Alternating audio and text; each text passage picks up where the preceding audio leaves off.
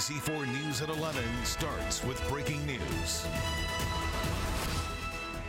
Now at 11, after a fourth night of clashes, Ukraine remains in control of its capital. But fighting is underway in the center of Ukraine's second largest city, Kharkiv. It is now 9 a.m. in the Ukraine. Government officials describe the situation as calm right now, but it comes at a price. In just the last hour, Russian troops moved into the city of Kharkiv. People there are being urged to stay inside. Also overnight, this fire began burning at an oil plant hit by Russian missiles. We're also learning Russian forces hit a gas pipeline and a radioactive waste site. It is one of several areas still under siege, but senior U.S. officials say the resistance in Ukraine has been fierce on all fronts. Even residents are doing their part in the capital city, reportedly removing street signs to confuse Russian forces. And this has become the reality for so many others in Kyiv. They have moved into an underground parking garage for now, as officials remind them to seek shelter and to stay away from windows. NBC's Chris Pallone has the latest out of Ukraine. In Ukraine, a fourth straight night of Russian military attacks. Those who remain in the country are sheltering in their homes or hiding in subway stations, now makeshift bomb shelters. As the Russian offensive intensifies, the U.S., Canada, and European Union are increasing financial pressure on Russian President Vladimir Putin, banning several Russian banks from using a key communication system known as SWIFT, effectively stopping them from conducting foreign transactions. The moves could send the Russian economy into a tailspin. Russia will pay a serious price for this short-term and long-term, particularly long-term.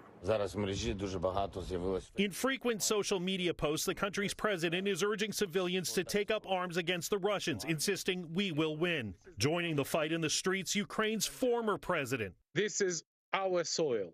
This is our country. This is our people. And Putin has nothing to do here. The Russians insist they're targeting military infrastructure, but images from Ukraine show otherwise. In Kyiv, an apartment building hit by a Russian missile. In Kharkiv, an unexploded shell discovered in a playground. Tens of thousands have fled Ukraine, some walking for miles to reach border crossings in Poland and Romania. Putin is a war criminal. In cities across the U.S. and around the world, people are taking to the streets to protest the Russian invasion and to show support for Ukrainians who are now in the fight of their lives. Chris Pallone, NBC News. Here at home, as you can see, LA City Hall stands in solidarity with Ukraine tonight, lit in blue and yellow. For so many, the connection with Ukraine here in Southern California runs deep. In West LA today, hundreds of people protested at Santa Monica and Sepulveda to make a collective statement about the Russian invasion. We spoke with people there, some who still have family in Ukraine. More information they have as opposed to misinformation, I think the more likely there is to drive this back. They are not going to give up, she said, or we're going to save our country, or we're going to die here. The United States today announcing another $350 million worth of military and aid is heading to Ukraine. Billionaire Elon Musk helping Ukraine, too. His Starlink internet service is now active in that country. The SpaceX CEO says he is now sending even more terminals to the country where the internet has been disrupted due to the Russian invasion.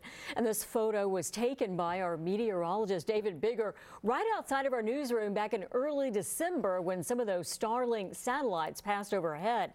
Many of the satellites are launched from Vandenberg. The crisis in Ukraine could lead to some of the highest gas prices in California's history. What you're looking at are long lines at the Costco on Burbank Boulevard earlier this evening. And we also checked out a couple of gas stations in downtown Los Angeles, and